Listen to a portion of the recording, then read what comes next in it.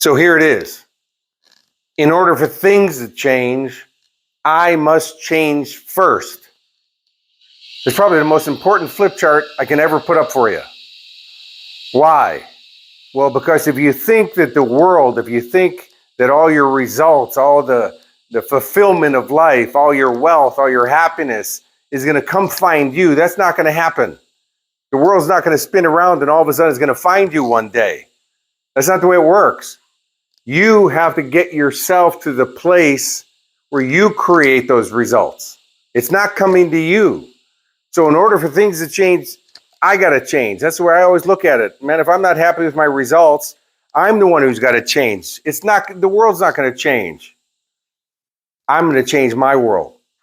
And so the first thing we have to do is we have to change the way that we look at the people in our lives. When you change the way that you look at the people in your lives, those people will change. When you change the way that you look at the circumstances and the conditions of your life, those circumstances and conditions will change. Matter of fact, Albert Einstein said that all conditions and all circumstances in our life are the result of a certain level of thinking. When we want to change those conditions and change those circumstances, we have to change that level of thinking that's creating those conditions and circumstances. And here's the number one biggest thing, then it will relate right to this. And that is when you change the way that you look at yourself, you'll change.